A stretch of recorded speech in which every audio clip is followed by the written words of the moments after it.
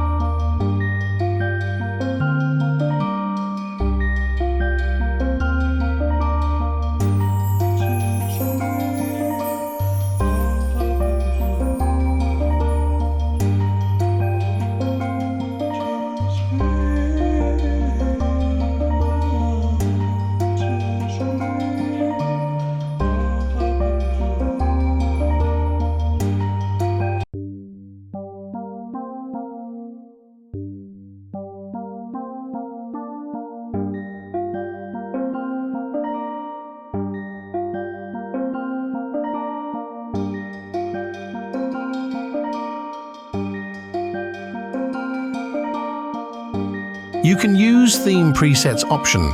To achieve this, you can add HTML blocks content or widgets content in the desktop and mobile.